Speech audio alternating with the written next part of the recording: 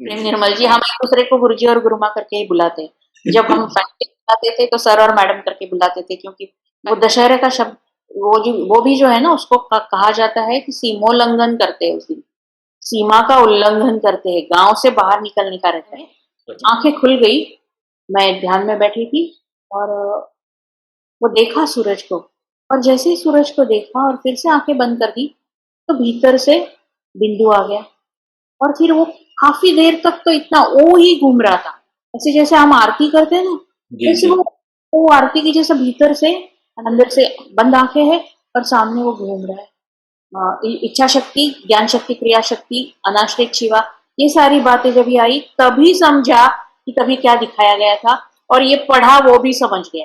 नहीं तो सिर्फ ये बहुत अलग है, उनके कुछ से अंगूठी पहनते थे, जी। और एक वो कहते थे कि हमारे रिले करने वाले पेड़ है अलग अलग जगह पर, और वो हिमालय में रोज का डेटा रिले होता है। उन्होंने मेरा हाथ देखा और मुझे कहने लगे कि तुम्हारे हाथ में तो कैंसर की रेखा है, अंदर जाके तुम्हारा बीपी चेक करके आओ और पल्स देख के आओ। तो और उन्होंने पेपर पे लिख के रखा।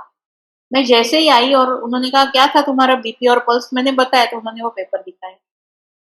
एक तरफ से चंद्र उदय दिख रहा था, एक तरफ से सूर्य अस्त होता हुआ दिख रहा था। अस्तित्व की एक शक्ति है जिसमें ये सब कुछ है। अगर हम शिवस्वर में जाते हैं तो शिवस्वर में जाके तुम्हारे हार्ड डिस्क में जो भी है वो मुझे मिल जाता है, और जिस क्षण में वो मुझे बता रहे तभी बराबर गुरुदेव का पूरा पूरा क्लोजअप उस टीवी पे आया। तो कहते ये है ना कि जहाँ चवन्नी खर्चा करनी चाहिए ना, वहां पर अठन्नी खर्चा करती है। और मेरा थोड़ा वो पैटर्न था कि निर्भयता, संगठन, आनंद, ओम, आनंद ओम, ये गुरुदेव का संदेश है हमारे। अखण्डमण्डलाकारम् व्याप्तं येन चराचरम् तत्पदं दर्शितं येन तस्मै श्री गुरुवे नमः।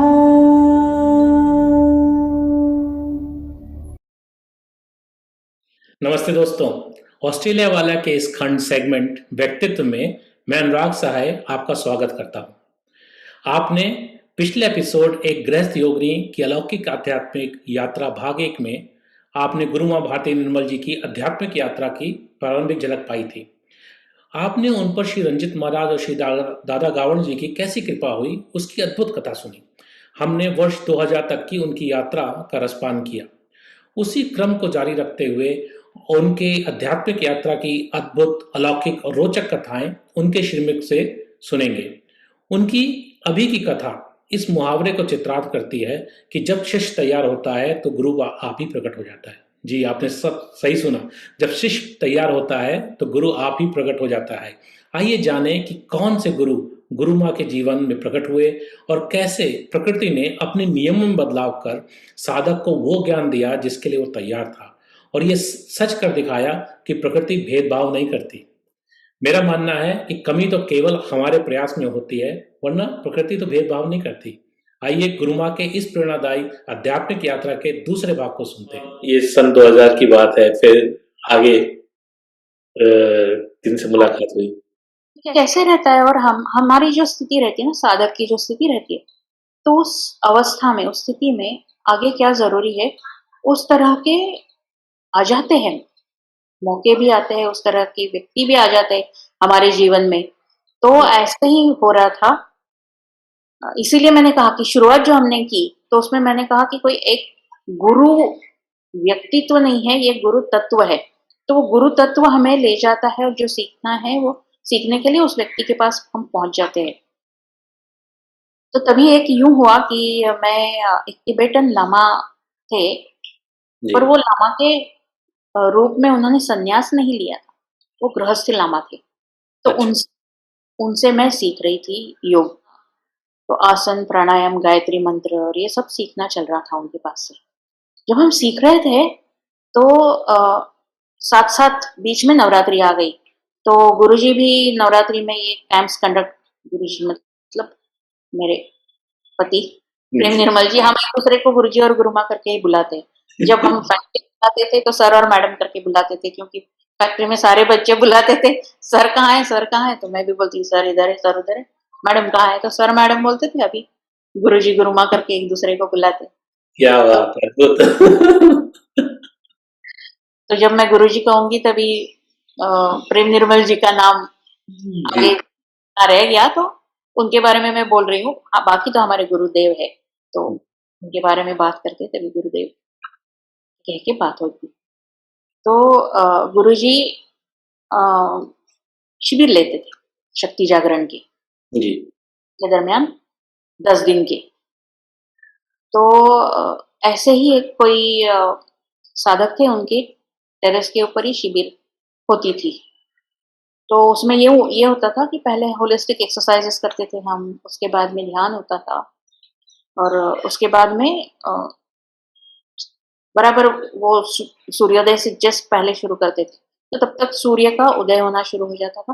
तो उगते हुए सूरज को देखना और सूर्य योग करना, ये हो जाता था। और फिर वो होने के बाद में और थोड़ा ध्यान होके उसके बाद में भजन करके हम पूरा करते थे शक्ति जागरण। 10 दिन तक करते थे। नवरात्रि के जो दशहरे का दिन रहता था तब तक करते थे, ताकि 9 दिनों में शक्ति का जागरण होके 10वें दिन मन के रावण का, अहंकार के रावण का विनाश हो जाए। तो जी, इस तरह से शक्ति जागरण होता था, फिर सेलिब्रेशन होता था। वो दशहरे का शब्द, वो भी जो है ना, उसको कहा जाता है कि सीमोल्लंघन करते हैं उस दिन, सीमा का उल्लंघन करते हैं, गांव से बाहर निकलने का रहता है, अच्छा, झंडा जंगल में जाने का रहता है। So always cross the boundaries, frontiers of the ego mind and going into the unknown. ये जो बात रहती है वो विजयादशमी कहते हैं ना उसको। जी, तो विजय किसके ऊपर पाना है? विजय अपने भीतर के इस सीमित तत्व के ऊपर पाना है। विजय हमारे भीतर के ये जो डराने वाले रहते हैं और हमें हमेशा सीमित रखते हैं, उसके ऊपर पाने का रहता है। तो वो सब शक्ति जागरण और ये होता था। तो मैं एक तरफ सीखती थी, ये पाठक काका करके थे जिनके पास मैं सीखती थी, तो पाठक काका ही बोलते थे हमको। और जी, even though it's the Lama, but because he was Grahasti, so we used to call him Pathak Kaka. तो वो सिखा रहे थे, और एक साथ साथ ही शक्ति जागरण भी चल रहा था। तो एक दिन यूं हुआ कि छठा सातवां, मतलब ललिता सहस्त्रनाम और ये हो गया होगा, तो 5वां 6ठा दिन हो चुका होगा। जी, उस दिन सुबह की ये प्रोसेस हो गई, और जैसे ही सूर्य को देखा मैंने, और फिर उगता हुआ एकदम केसरी सूरज, जो हनुमान जी जाके जिनको पकड़ने को गए होंगे उस तरह का ही वो सूरज का रूप था। उसी उसी करीब करीब उसी समय में आंखें खुल गई।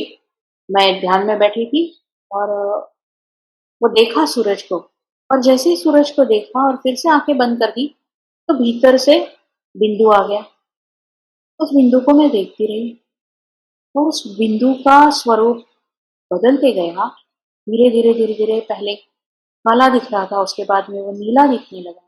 वो नीला बिंदु था, वो उसके बाद में ऐसा हिलने लगा, और उसमें से पूर्ण ओम प्रकट हो गया। वाह, और वो जो प्रकट हो गया ओम, और वो ओम प्रकट हो रहा था तभी भी उस पर कैसे हुआ, पहले वो बिंदु हिल रहा था, फिर उसमें से ये ऊपर का और नीचे का आ गया, और फिर वो काफी देर तक तो इतना ओ ही घूम रहा था, ऐसे जैसे हम आरती करते हैं ना, जी, वैसे जी, वो आरती की जैसे भीतर से, अंदर से बंद आंखें है और सामने वो घूम रहा है। और फिर धीरे धीरे धीरे धीरे उसकी गति इतनी हो गई कि वो ओ का जो नीचे का है वो निकल गया, और ऊपर चंद्र और बिंदी हो गई। फिर वो ओम ओम घूम रहा है काफी देर तक। उसके बाद में वो स्थिर होते होते होते होते फिर वो बीच में से ओम की जो आगे की है वो आकृति निकली, और फिर वो ओम स्थिर हो गया, और फिर वो एकदम धीरे से घूमने लगा, जैसे हमेशा हम आरती करते हैं तो जिस तरह से घुमाते, उस तरह से वो धीरे। तो ये गति भी उसकी अलग थी। जब वो ओम होने, चंद्रबिंदी आने के समय पे उसकी गति बढ़ गई थी, फिर वो एकदम स्थिर गति से घूमने लगा। ये ओंकार का दर्शन तो हो गया, और वो इतना गजब का था, कभी कभी देखा ही नहीं था ऐसा कुछ। क्या जी हुआ वो नहीं समझा था। तो मैंने ये जो सिखा रहे थे पाठक काका, उनको मैंने पूछा कि ये ओंकार के ये ऐसे दर्शन हो गए, ये क्या है? तो बोले कौन सी किताब में पढ़ के आ गई हो? मुझे समझा नहीं, इसीलिए तो आज सुबह देखा। उसके बाद में ही क्लास थी हमारी, तो मैंने कहा कि इसलिए पूछने को आई। वो थोड़े ना ऐसे आ, ऐसे थे कि जब तक मयूरासन नहीं करोगे तब तक आगे के प्राणायाम नहीं सिखाएंगे वगैरह, ऐसे कड़क मास्टर थे वो थोड़े। तो बोले कौन सी किताब में पढ़ के आ गई हो? ये तो दिखता है नहीं जो तुम बता रही हो, तो इसके लिए हिमालय पे 17,000 फुट पे जाना पड़ता है, इतने एंगल में जाना, वेरी प्रिसाइज। तो इतने एंगल पे सूरज होना चाहिए, तुम ऐसे बैठे हुए रहनी चाहिए, तभी तो ये होता है। यहाँ बंबई में क्या ओंकार का दर्शन होने वाला है ऐसे शहर में? मुझे पता नहीं, शायद हिमालय मेरे लिए यहाँ आ गए, या सूरज मेरे लिए वैसे हो गए, या मैं वहां पर जो भी हुआ था, पर मुझे ये दर्शन यहाँ पर बैठे बैठे गुरु कृपा से हो गए। मैंने कहा मुझे जो दर्शन हुए मैंने आपको और आपको पूछा, तो तब तो मेरे मुझे जवाब नहीं मिला उसका कि ये क्या हुआ। उसका जवाब कब मिला पता है? जी कश्मीर शेविज्म सिखाना शुरू हो गया, जी तो लक्ष्मण जू महाराज का दूसरे डायमेंशन में शक्तिपात मिला, और वो सारा ज्ञान भीतर उतारा उन्होंने। कश्मीर शैविज्म में जब मातृकाओं का पढ़ना शुरू हुआ, उसमें ये क्रिया शक्ति, ज्ञान शक्ति, इच्छा शक्ति, ज्ञान शक्ति, क्रिया शक्ति, अनाश्रित शिवा, ये सारी बातें जब ये आई तभी समझा कि तभी क्या दिखाया गया था। और ये पढ़ा वो भी समझ गया, नहीं तो सिर्फ पढ़ के भी वो बात समझ में नहीं आ रही थी। सब लोग ऑप्शन में रखते थे उसको, यार ये तो सब बात है नहीं, इसको ऑप्शन में रख दो। मातृकाओं का चैप्टर आया, ऑप्शन में रख दो। मगर जबकि अनुभूति हुई थी और फिर ये पढ़ा, तो उस अनुभूति का रूपांतरण समझ में हो गया कि ये क्या है, किस तरह से होता है, और वो समझ खुलते गई। जी स्पिरिचुअलिज्म में कहते हैं कि बौद्ध ज्ञान और पौरुष ज्ञान, तो ये ऐसा है कि पौरुष ज्ञान यानी क्या? तो मुझे उनके दर्शन तो हो गए थे, वो पूरी प्रक्रिया तो दिखाई गई थी गुरु कृपा से। अब वो प्रक्रिया दिखाई गई है, मगर वो क्या दिखाया, क्यों दिखाया, ये कैसे है कि कंप्यूटर का एक फाइल हमने डाउनलोड तो कर लिया, हमारे पास तो है, जी डाउनलोड हो गया, उसमें से जो उसमें जो ज्ञान है वो तो जब तक हम आत्मसात नहीं होगा तब तक हम उस ज्ञान का उपयोग नहीं कर पाएंगे। तो इस तरह से वो ओम की फाइल तो डाउनलोड हो गई थी कॉन्शियसनेस में कि कुछ तो भी ऐसा बहुत है जिससे उस स्रोत से सब चल रहा है, इतना ही समझा था, आगे की कोई बात समझी नहीं थी। पर जब ये पढ़ा तो उसके बाद में पौरुष ज्ञान के साथ में बौद्ध ज्ञान भी आया। इसके लिए हमेशा पौरुष ज्ञान और बौद्ध ज्ञान साथ साथ चलना चाहिए। हमने स्क्रिप्चर्स भी सीखते हैं ताकि जो अनुभूति आई उसकी जी समझ हमारे भीतर पक्की हो जाए, और अ, हमने प्रयोग भी करने हैं, अलग अलग ध्यान के प्रयोग करने हैं मन शांत करने के लिए, ताकि उस शांत अवस्था में ये सारी अनुभूति से समझ आ जाए। तो अनुभूति जन्य समझ जो है वो है बौद्ध ज्ञान, और वो है पौरुष ज्ञान। अनुभूति जन्य समझ वो है पौरुष ज्ञान, और जो पढ़ते हैं स्क्रिप्चर से या गुरुमुख से सुनते हैं, वो जो है ज्ञान वो है बौद्ध ज्ञान। वाह, तो वो दोनों साथ साथ चलते रहने चाहिए, तभी बात बनती है और तभी ज्ञान पूर्ण हो जाता है। सिर्फ अनुभूति जन्य ज्ञान आते गया ना, तो वो मिस्टिक बन जाएगा, वो एक अपनी मस्ती में रहने वाला मस्त राम बन के बैठेगा। सामने जो साधक आया है उसे वो एक्सप्लेन नहीं कर पाएगा, जी हो जाता है। और जब हमें ये बौद्ध ज्ञान भी आ जाता है, तब हम समझा पाते हैं। किसी ने पूछा कि ये हुआ तो ये क्या है, तो हम समझा पाते हैं। तो वो जो वोकेबलरी है या वो शब्द जो हमें चाहिए, वो हमारे शास्त्रों में से हमें मिलते हैं। तो शास्त्र का ज्ञान होना चाहिए, जो बौद्ध ज्ञान है, या आगम शास्त्रों में से आए या गुरुमुख से आए, और दूसरा स्वयं प्रचिति से आने वाला जो है वो अनुभूति जन्य ज्ञान है। वाह ब्रह्मा, ये तो बहुत ही अद्भुत चीज बोली आपने कि ओम का जो है आपको साक्षात्कार, जो कि उनका पूरा नाम क्या था, जो लामा जी थे? पाठक काका ही कहते थे हम उनको। अच्छा, ठीक है। तो वो जो है उनका उनका मानना था कि ये, और जैसे उन्होंने पढ़ा होगा या अनुभूति हुई होगी उनकी, कि भाई ये तो हिमालय पे इतने एंगल पे बैठ के, ऐसी जगह पे बैठ के देखने से मिलता है, और तुमको ये मुंबई के छत पे कहाँ से मिल गया? ये बहुत अलग है। उनके कुछ से अंगूठी पहनते थे, जी। और एक वो कहते थे कि हमारे रिले करने वाले पेड़ है अलग अलग जगह पर, और वो हिमालय में रोज का डेटा रिले होता है कि साधक ने ये सीखा, कहाँ तक पहुंचा। तो हमको कहने को मतलब कह देते थे वो हमको कि आज आपको ये करना है। दूसरे दिन जाके हम कहते थे हाँ हाँ हमने ये आसन इतनी देर तक किया इस तरह से। तो बोलते थे ना, यहाँ रजिस्टर नहीं हुआ है क्योंकि आपने वो ठीक से नहीं किया है, इतनी देर तक नहीं किया है। तो कुछ मतलब वो कुछ अलग स्तर से चलती रहती थी बातें। उन्होंने ही मुझे बताया हुआ था कि आ, उन्होंने मेरा हाथ देखा और मुझे कहने लगे कि तुम्हारे हाथ में तो कैंसर की रेखा है।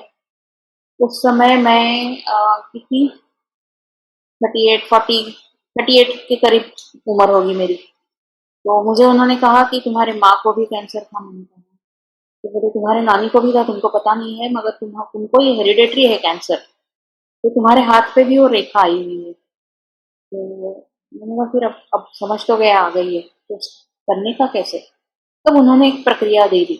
उन्होंने कहा कि जो तुम्हारे साइकिल्स है, मेंस्ट्रुअल साइकिल्स है, उसको तुमको सेट करना है, और वो अच्छी तरह से उसके लिए क्या आसन करने के, किस तरह से करने के, वो सब बताया। और उन्होंने कहा कि तुम्हारी 43 की उम्र होने से पहले इस तरह से तुम्हारी ये पूरी सिस्टम सेट होनी चाहिए। अगर वो हो गई, 43 में तुमको आने वाला है जो कि उसका द्वार बंद हो जाएगा। जी। इस तरह से तुम्हारी सिस्टम सेट हो गई तो 2 साल के भीतर, 5 साल थे बीच में, तो 2 साल के भीतर, 2 से 3 साल के भीतर ये सिस्टम तुम्हारी इस तरह से सेट होनी चाहिए। तो उन्होंने जो भी बताया था वो सारा मैंने करना शुरू कर दिया। जैसे वज्रासन बताया हुआ था, फिर बाकी के भी अलग अलग पोस्चर्स बताए हुए थे, तो वो सारे आसन मैंने करना शुरू कर दिया। प्राणायाम बताए थे वो करना शुरू कर दिया। 6 महीने के भीतर भीतर उन्होंने जो कहा था उधर मेरा सिस्टम आके सेट हो गया। आज मैं 60 साल पूरे कर चुकी हूँ, उनकी कृपा से वो कैंसर आया नहीं। तो हर गुरु के पास ना कुछ अच्छा रहता है, कुछ दूसरा सीखने का रहेगा, तो हम दूसरों के पास लिए जाते हैं। तो जिनके पास से जो नहीं मिला उसके लिए कभी भी उनको दोष देते हुए वहां पर नहीं बैठते रहना। बड़ा गुरु दोष हमें लगता है कि उनके पास से जो मिला है उसके ऊपर हमारा ध्यान नहीं है, उनके पास से जो नहीं मिला उसके ऊपर हमारा ध्यान है। ये अगर गया तो फिर नहीं होती है। इसीलिए सीखते रहने का, वहां से नहीं मिला उत्तर और कहीं ढूंढना शुरू कर देना, और कहीं ढूंढना शुरू कर देते हैं। ये खोज भीतर से चलती रहनी चाहिए। जब ये खोज भीतर से चलती रहती है तब जो हमें चाहिए वो देने वाले गुरु प्रकट हो जाते हैं, और हमारी जो भीतर की प्यास है वो बुझ जाती है, और उसे जगाए रखना ही अपना काम रहता जी, बात तो अलग-अलग तरह से आपको गुरुओं ने एक अलग-अलग चीज़ बताई। आपने ये जो अभी एकदम से ये भी बता दिया कि 43 की अवस्था में आपके पास कैंसर का होना था, और उसको कैसे आपने बीट किया गुरु की कृपा से, उनके बताए हुए रास्ते से चल के। बहुत कम लोग हैं जो ऐसे कभी, जिनके पास ऐसी कोई बीमारी आ जाए या आने वाली हो, उससे डरे ना। ये तो अद्भुत है कि आपने उस पे, उनके बात पे विश्वास किया और उस पे चलते चले गए, और उससे निकल भी आए, और आपको कुछ मतलब उसका भय भी नहीं व्यापा। तो गुरुमा, ये भय से दूर रहने से की क्या बात है जो कि आप भय से दूर रह गई और कैंसर का भय नहीं पकड़ा आपको, और आप अपने योग पद्धति पे चली गई? है। हाँ, ये हीलिंग का बड़ा सीक्रेट है अंदर। जो भी हीलर्स है ना, जी। इनके लिए बहुत समझने की बात है कि ये भय का जो है ना, भय अच्छा है कि बुरा है? बताओ मुझे। अगर वो सजग भय रखता की है, भावना, भय अगर सजग रखता है तो अच्छा है, खाली सजगता के लिए है तो अच्छा है। अगर अदरवाइज वो आपको डराता है तो खराब है।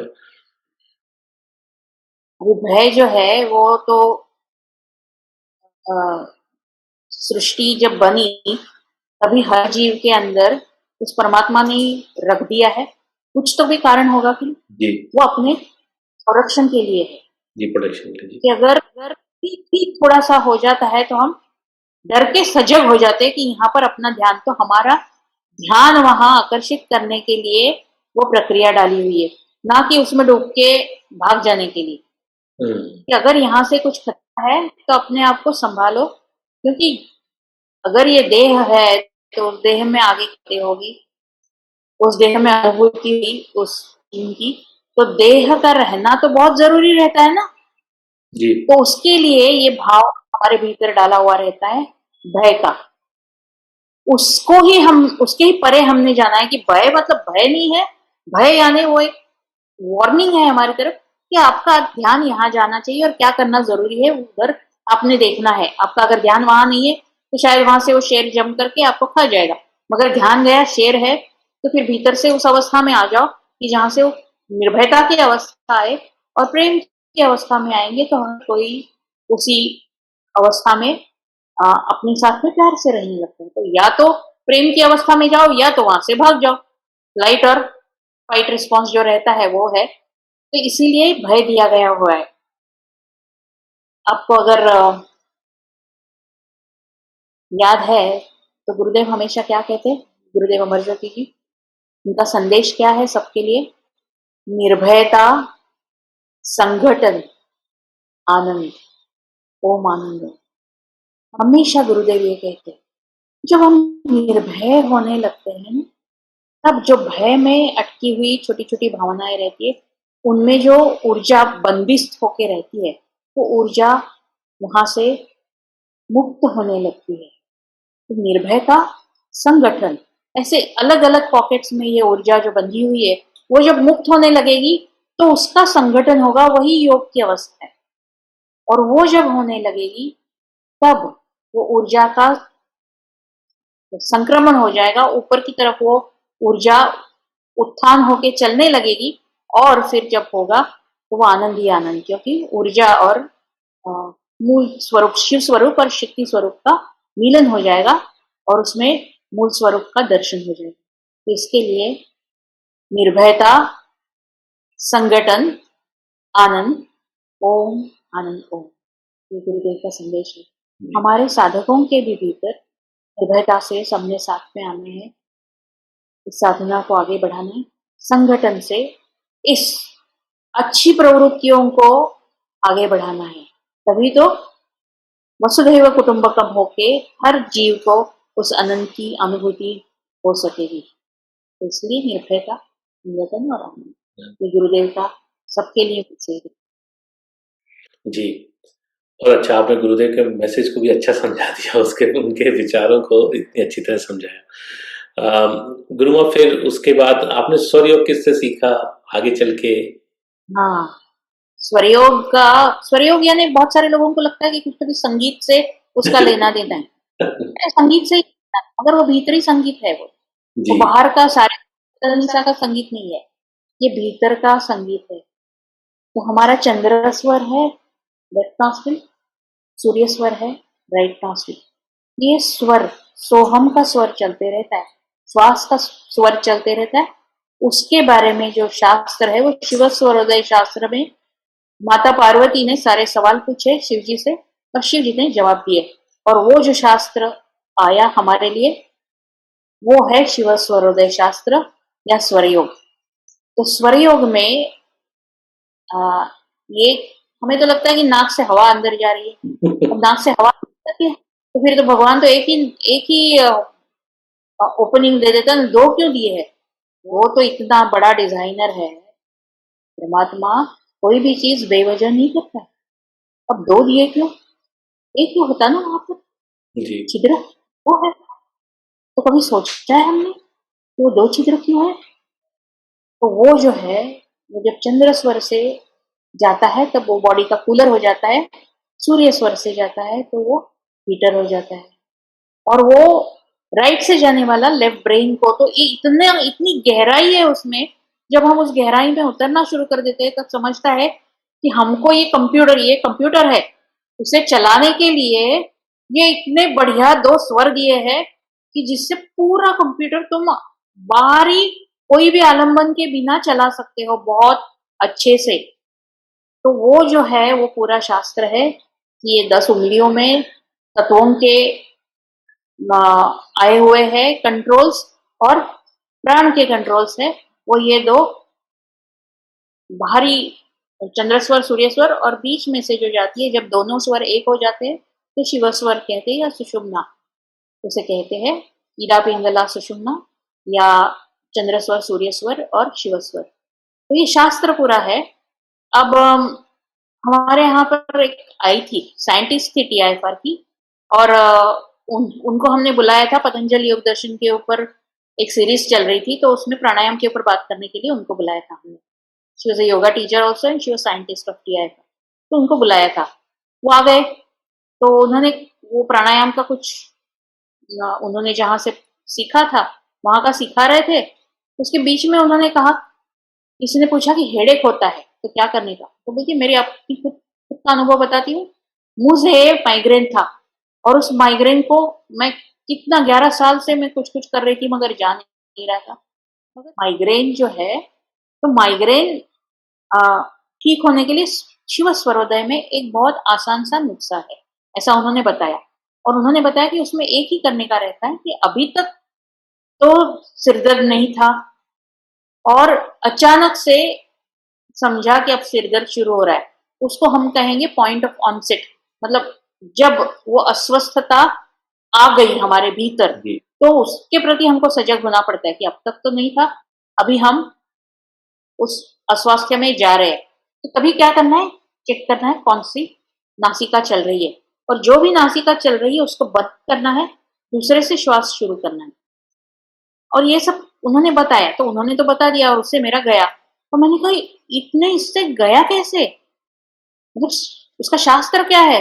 बोले वो मुझे पता नहीं, मैंने कभी वो सोचा भी नहीं। मैंने कहा TIFR के साइंटिस्ट हो आप, तो आपने तो ये शास्त्र को भी तो सोचना चाहिए।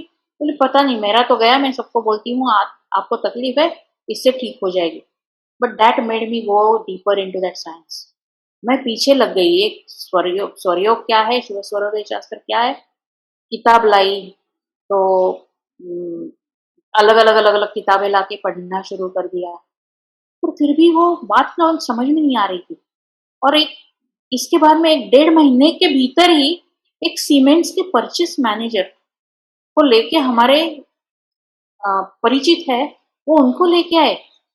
और वो जब उनको लेके आए, तब उन्होंने कहा कि ये किसी के भी घर में नहीं जाते, क्योंकि ये 3:30 बजे उठ के साधना करते हैं, और उनकी जो साधना चलती रहती है उसमें बाधा होती है, इसलिए वो किसी के घर में जाते नहीं है।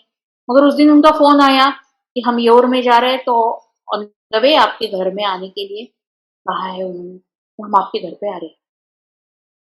कहा कि, और उन्होंने कहा वो कहते हैं वो स्वर योगी है।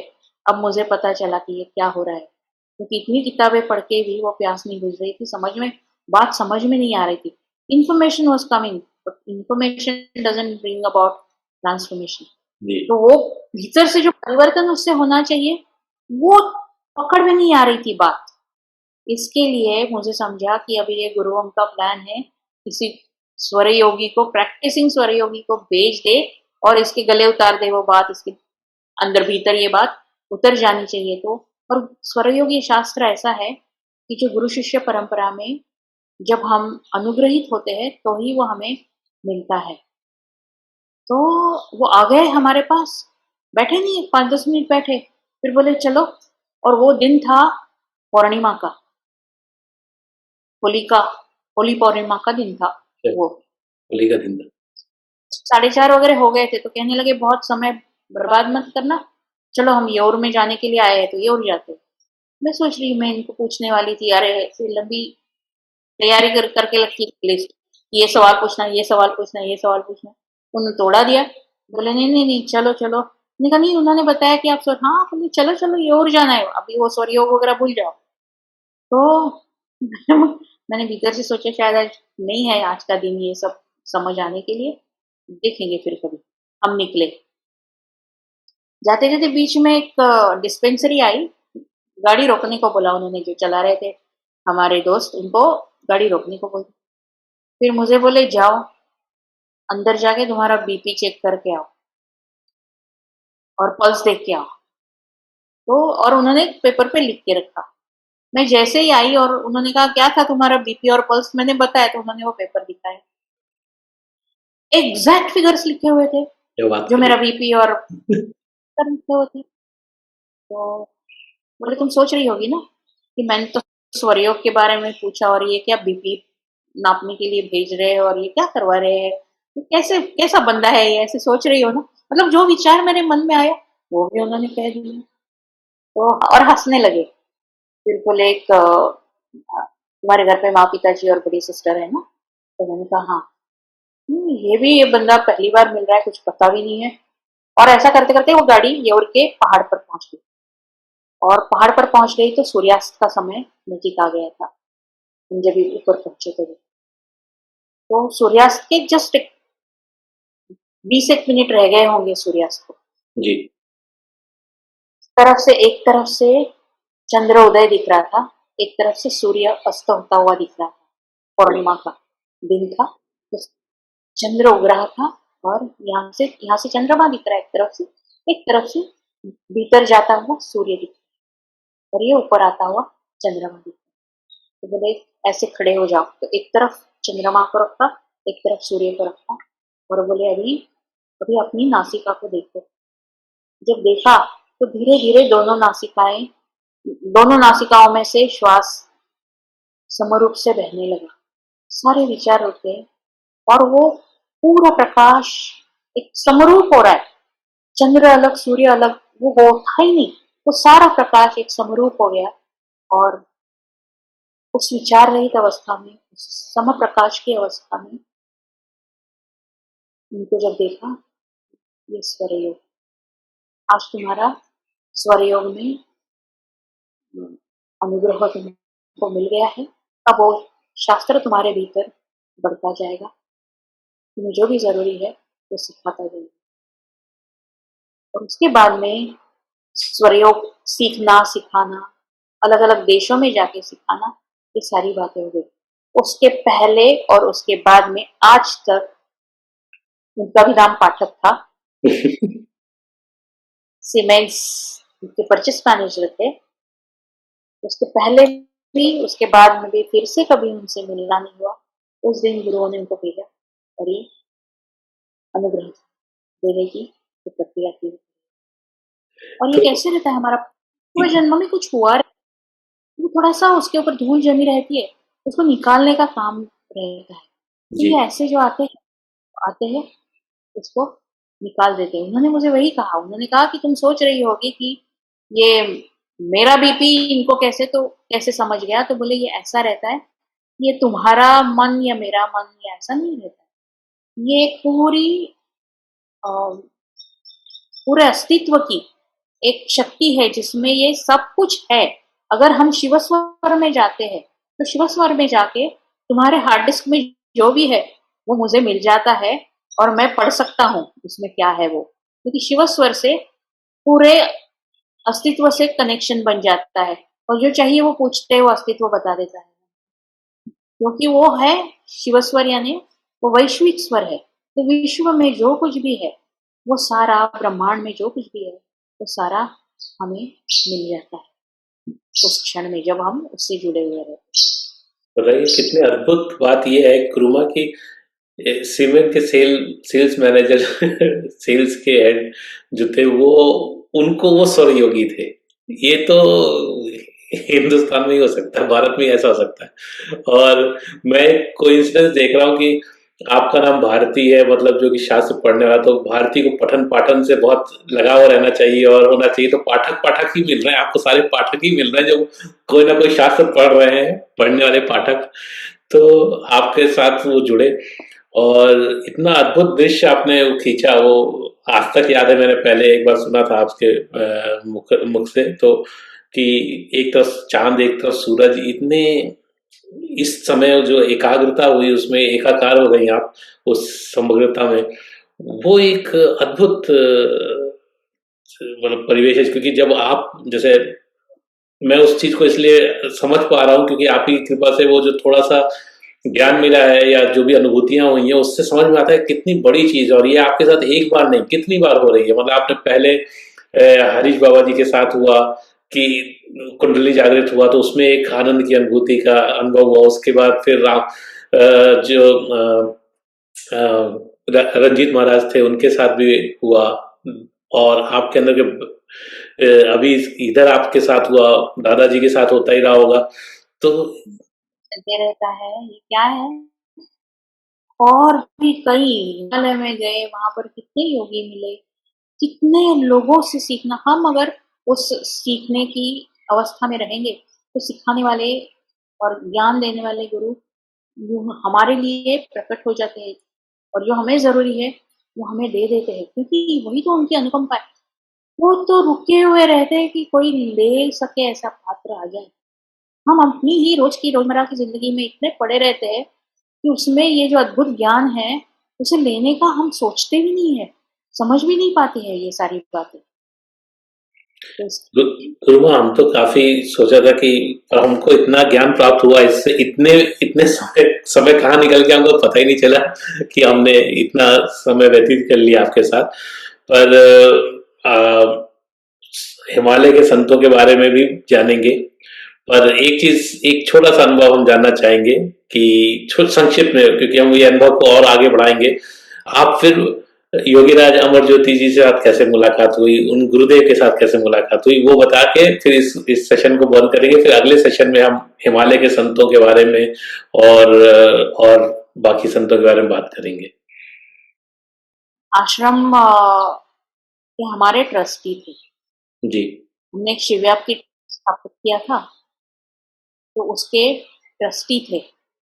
तो वो ट्रस्टी चाहते थे कि हमने पालमपुर में आश्रम शुरू करना है, इसीलिए पालमपुर में वो लेके गए जाते थे वो जगह दिखाने के लिए। ऐसे में ही उन्होंने एक बार क्या किया, गुरुजी और वो गए हुए थे, कुंभ पूरा हो गया था और कुंभ से सीधे वो हिमाचल जा रहे थे। तो उन्होंने कहा कि पालमपुर के पास में एक कनबाड़ी करके जगह है, और कहते हैं कि वहां पर एक बहुत प्रखर गुरु है, मैं भी नहीं गया हूँ, तो आज गुरुजी आप आ रहे हो तो हम साथ में जाते हैं उनके पास।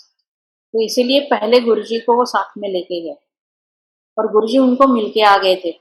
वो मिलके आए और उन्होंने मुझे फोन किया कि आज पता है आज मैं किससे, क्योंकि मैं थी बॉम्बे में और गुरुजी उधर पालमपुर में गुरुदेव से मिलके आए। पता है आज मैं किसको मिलके आया? मैंने कहा किसको? तो बोले ऐसे थे ना वो, ऐसा हुआ ऐसा हुआ और ऐसा वो कह रहे। और अभी उनके पास से हम आए, वो कोई फंक्शन में गए, इसके लिए हम वापस आए। फंक्शन डायरेक्ट रिले टीवी पे आने, तो ये चैनल शुरू कर दो क्योंकि मुझे भी देखना है वो, तो मैं देख रहा हूँ, ऐसा उन्होंने कहा। तो मैंने भी वो चैनल यहाँ शुरू किया, उन्होंने भी उधर टीवी शुरू कर दिया।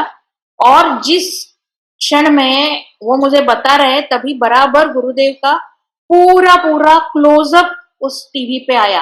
ये इनको यहाँ, वो इतने एक्साइट हो गए वो देख के कि उस क्षण में ही गुरुदेव पूर्ण। और सिर्फ बाद में 2 घंटे तक वो प्रोग्राम का डायरेक्ट रिले चला मगर उसके बाद में एक भी बार गुरुदेव के ऊपर क्लोजअप नहीं। तो ऐसे था कि साथ में दर्शन होने चाहिए थे, जा नहीं पाई। तो गुरुदेव की कृपा इतनी कि साथ में दर्शन इस तरह से करवाए उन्होंने। और फिर 2 साल के बाद में जब मैं जा पाई वहां पर प्रत्यक्ष, तो हमारे साथ में पालमपुर के और थोड़े परिचित थे, 8-10 जन थे हम लोग, और बाकी के भी लोग थे। और आश्रम में मिलने का समय रहता था, तो 9 बजे 9:15 के करीब हम पहुंच गए वहां पे। तो गुरुदेव ऐसे एकदम वहां पर गाड़ियां पार्क करते और अंदर जाते, वहां पर ऐसे खड़े थे, किसी से बात कर रहे थे। उनका एक व्यक्तित्व देखेंगे ना, तो वो जो एक विराट व्यक्तित्व अपने सामने है ये समझ जाता है उनको देखने से। वो ऐसे खड़े थे, पूरा शुभ्र सफेद उनका ये रहता है, परिधान किए हुए रहते वस्त्र, और ऐसे खड़े थे। देखा, तो गुरुजी उनको मिले हुए थे, बाकी हम सब नए थे। तो गुरुजी आगे गए, उनको प्रणाम किया। फिर वो पूरी भीड़ में से मेरी तरफ उंगली करके आ जाओ। तो मैं सोच, क्योंकि मुझे लगा कि बाकी वहां के ही लोग हैं, तो शायद किसी से परिचय होगा, उनको बुला रहे। तो बोले हाँ हाँ तुमको ही बुला रहा हूँ, आ जाओ। फिर मैं गई, मैंने प्रणाम किया उनको। सीधा पहला वाक्य क्या था, बताया था ना इसको अकेले नहीं छोड़ने का, फिर भी यहाँ अकेले कैसे पहुंच गया पहले? मैं सोच रही हूँ कि मैं तो पहली बार आ रही हूँ, इससे पहले तो इस व्यक्ति को मैं मिली भी नहीं। फिर बोले चलो अब आ ही गए हो साथ में, और फिर साथ में दोनों को आशीर्वाद दे दिया और फिर चलो चलो अंदर जाके बैठते हैं। अंदर जैसे जान निकले ना हम, तो कहते ये है ना कि जहाँ चवन्नी खर्चा करनी चाहिए ना, वहां पर अठन्नी खर्चा करती है। और मेरा थोड़ा वो पैटर्न था कि थोड़ा एक्स्ट्रावेगेंस। ये तो ऐसी जगह है जहां पर अभी अपनी कुछ बचने वाली नहीं है। इनका ये पूरा यहाँ पर कुछ छुपाने की, यहाँ पर हो ही नहीं सकता है कुछ छुपाना, ऐसी जगह पर पहुंच गए हैं। पर तब समझ गया कि जिस खोज में इतने सालों साल तक भटकना हो रहा था, अब वहां पर पहुंच गए हैं। और फिर गुरुदेव के पास आने के बाद में मिलना हो गया, और गुरुदेव के साथ में जब उन्होंने उसी मीटिंग में जो सिखाया, उससे जो आगे बढ़ गया है वो आज तक चल रहा है। अद्भुत है गुरु माँ। हाँ, ये आपका एक्सपीरियंस, जो भी आपका जो अनुभव रहा गुरुदेव के साथ, और उनके बारे में तो हम और बातें करेंगे, जरूर करेंगे, आने वाले उसमें करेंगे। और अभी समय हो रहा है, तो ये सेशन तो यहीं पे, ये खंड तो सेगमेंट तो यहीं पे खत्म करते हैं ये इंटरव्यू का।